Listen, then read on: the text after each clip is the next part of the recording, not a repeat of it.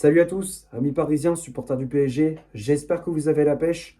Moi, pour ma part, je vais très très bien. Je suis super content de vous retrouver pour un nouveau débrief. On va analyser cette rencontre qui opposait le Paris Saint-Germain à l'Inter Miami. Match qui comptait pour les huitièmes de finale de la Coupe du Monde des clubs. Victoire sans trembler des hommes de Luis Enrique. 4 buts à 0. João Neves avait ouvert la marque dès la 6e minute de jeu. À la 39e, le milieu portugais inscrit un doublé. 44e, Aviles marque contre son camp. À ce moment-là du match, le PSG menait 3-0. Et à la 45e, juste avant la pause, Achraf Hakimi clôture ce festival offensif. Et grâce à ce succès, le club de la capitale est qualifié pour les quarts de finale de cette Coupe du Monde des clubs. Et le prochain adversaire des Parisiens sera le Bayern Munich.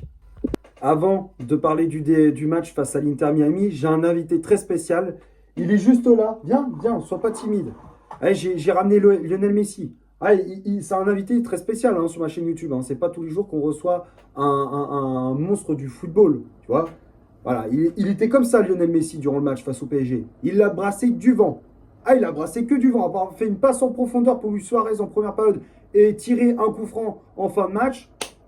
On l'a quasiment pas vu. Il était fantomatique. Il a, à part marcher sur le terrain, il a rien fait, Messi.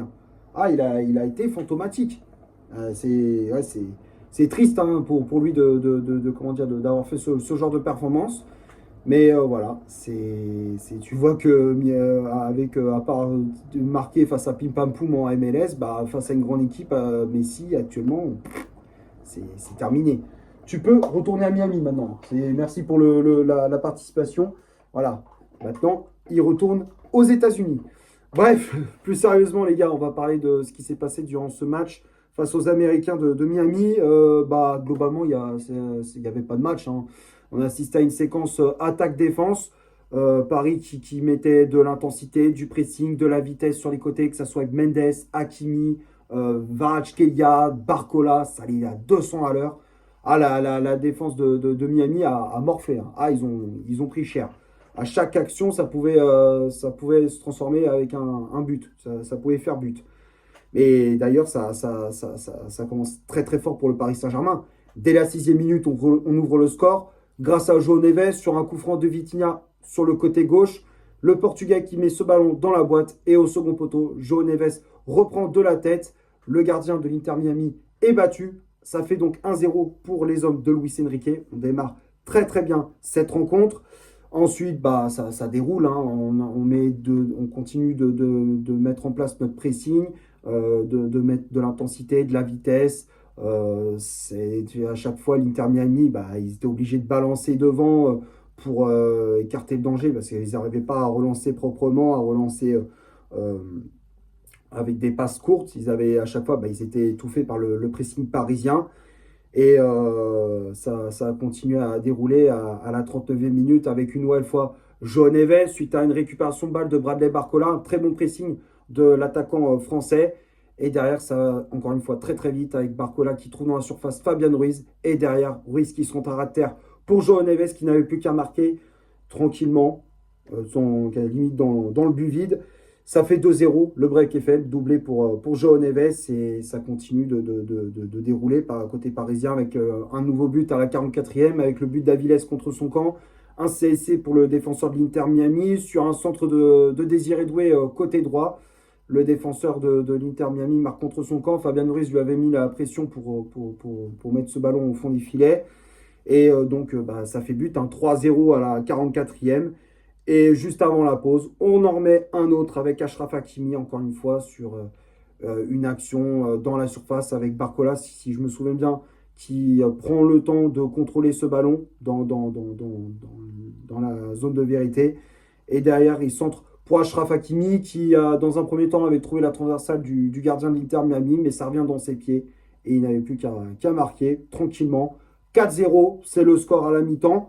La deuxième période, il n'y avait pas grand-chose à retenir. L'Inter Miami qui a remis un petit peu le pied sur le ballon, qui a essayé de sauver l'honneur, mais ça n'a rien changé. Luis Enrique qui a fait ses changements, a fait tourner son effectif avec les entrées de Beraldo. On a vu le retour également d'Ousmane Dembélé. Ça fait plaisir de revoir Dembélé dans le groupe parisien, vu qu'il était blessé ces dernières semaines.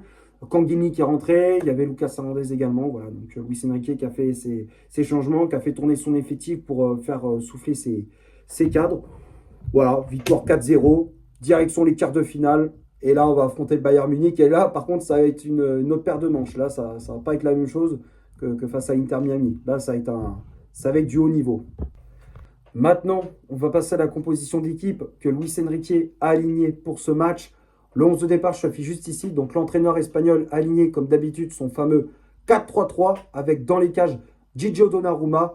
La charnière centrale, c'était Marquinhos associé à William Pacho. Marquinhos qui avait le brassard de capitaine. Les latéraux, Achraf Hakimi à droite, Nuno Mendes à gauche.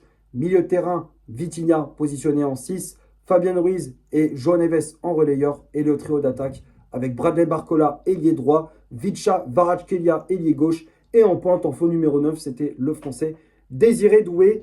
Bon, il y avait beaucoup de permutations entre les trois. Hein. Un coup, c'était Kvaratskhelia qui était dans l'axe. Un coup, c'était Barcola qui était dans l'axe. Un coup, c'était voilà, Doué qui était à droite, à gauche. Enfin, il y avait beaucoup de permutations entre les trois attaquants. Les changements effectués par l'entraîneur parisien. Donc, comme je disais, on a vu l'entrée de Lucas Beraldo en défense à la place de Marquinhos. L'entrée de Ousmane Dembélé à la place de João Neves. Dembouz qui fait son retour dans le groupe parisien. Kanguini qui est rentré à la place d'Achraf Hakimi, l'entrée de Lucas Hernandez à la place de Nuno Mendes et pour finir l'entrée du jeune Warren Zaïre-Emery à la place de Fabien Ruiz. Que dire sur cette compo? Bah, pas grand-chose, hein, c'est l'équipe type, hein, comme d'habitude pour le Paris Saint-Germain. On a revu ce fameux trio milieu de terrain, Vitinha, Ruiz, Neves qui encore une fois fait des miracles. Enfin, encore une fois, c'est incroyable, le trio il marche super bien. En défense, Pacho, Marquinhos, c'est costaud, ça tient la baraque. Hakimi encore une fois dans ce rôle de latéral piston et puis derrière qui justement joue des fois faux numéro 9 quand il y a, sur les phases, quand il y a des attaques pour le Paris Saint-Germain sur les phases offensives, c'est impressionnant. Enfin, Mendes c'est pareil, enfin, tu vois qu'il y a un QI de football très élevé de la part de nos joueurs. Non, c'est... Voilà, j'ai rien d'autre à dire. Hein. C'est encore une fois géré à la perfection par Luis Enrique. On va passer maintenant du côté des statistiques de cette rencontre. On va commencer par le Paris Saint-Germain. Les Parisiens ont eu 67% de possession de balle, 15 tirs réalisés dans le match, dont 9 frappes cadrées, 733 passes réalisées dans le match, dont 685 passes réussies, 37 duels gagnés, 9 fautes commises, 3 arrêts effectués par Gigio Donnarumma, 7 centres réalisés dans le match, 7 corners obtenus, 14 tacles réussis. Et du côté de l'Inter Miami, 33% de possession de balle, 5 tirs réalisés dans le match, dont 3 frappes cadrées, 360, oh, j'ai du mal décidément, 360 passes réalisées dans le match, dont 307 passes réussies. Excusez-moi, j'ai un peu bégayé. 45 duels gagnés, 10 fautes commises, 6 arrêts effectués par le gardien de l'Inter Miami. Je crois que c'est Oustari, je crois, si je me souviens bien. 6 centres réalisés dans le match, 3 corners obtenus, 11 tacles réussis. Donc quand on regarde les statistiques, il n'y a rien à dire. Hein. Voilà, comme je disais, c'était une séquence attaque-défense. PSG qui avait la possession de balle, les meilleures occasions également pour le Paris Saint-Germain. Domination nette. On a concrétisé nos occasions avec 4 buts. Hein. Tout ça, surtout rien qu'en première période, c'est impressionnant. Et voilà, après, du côté de l'Inter Miami, c'était très pauvre. Après, à part, je veux dire, dans l'équipe de l'Inter Miami, à part Messi, Busquets, Suarez et Jordi Alba, des anciens du Barça, il n'y a personne. Il y a personne de populaire dans cette équipe. Hein. Alors, je dis pas que comment dire, c'est une équipe en bois, mais voilà, c'est une équipe avec des joueurs qui sont en pré-retraite, tu vois, qui sont quasiment en retraite, qui sont à la fin de leur carrière. Donc voilà, on savait très bien que face à la jeunesse parisienne, il n'allait pas avoir de grosses différences, tout simplement. Et on va finir la vidéo sur les tops et les flops de cette rencontre. Écoutez les gars, je vois pas de flop en particulier. Pour moi, toute l'équipe a été au niveau. Donnarumma a fait un bon match. Pas eu grand chose à faire, mais il a fait le peu qu'il avait à faire, il l'a très très bien géré. Les relances au pied propres. Rien à rajouter. La charnière centrale, Marquinhos, Pacho, c'est costaud. Très bonne connexion entre les deux. Marquinhos qui a fait de bonnes relances, qui a gagné beaucoup de duels, beaucoup d'agressivité, beaucoup d'autorité. Pacho, pareil.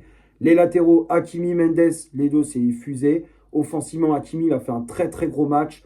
Il a été buteur. À chaque fois, il est décisif dans son couloir. Il fait de très très grosses différences.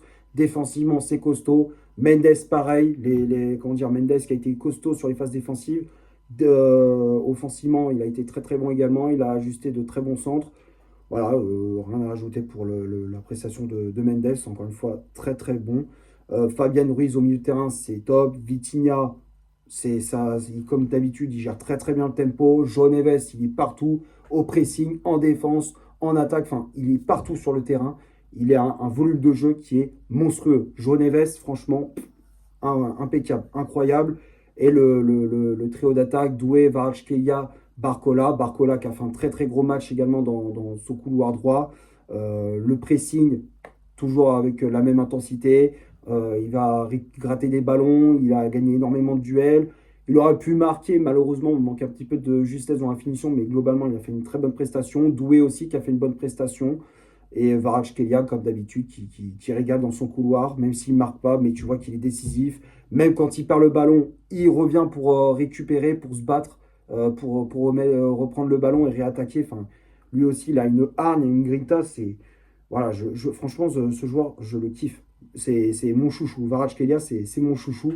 Et les remplaçants, bah, Beraldo, Dembélé, Kanguini, Hernandez et Zaïre Emery, je les mets tous dans les tops. Ils ont fait une très très, très bonne entrée. Voilà, je pense avoir fait le tour pour ce Paris Saint-Germain Inter Miami. J'espère que le débrief vous aura plu. Si c'est le cas, vous laissez un énorme like. Tu t'abonnes, tu n'hésites pas à me dire dans les commentaires ce que tu as pensé du match et de mon débrief. Partage la vidéo sur tes réseaux sociaux. N'hésite pas à faire un tour sur mon compte Instagram. Je te l'affiche juste ici. Et d'ici là, portez-vous bien. On se retrouve pour une prochaine vidéo. Ciao et allez Paris.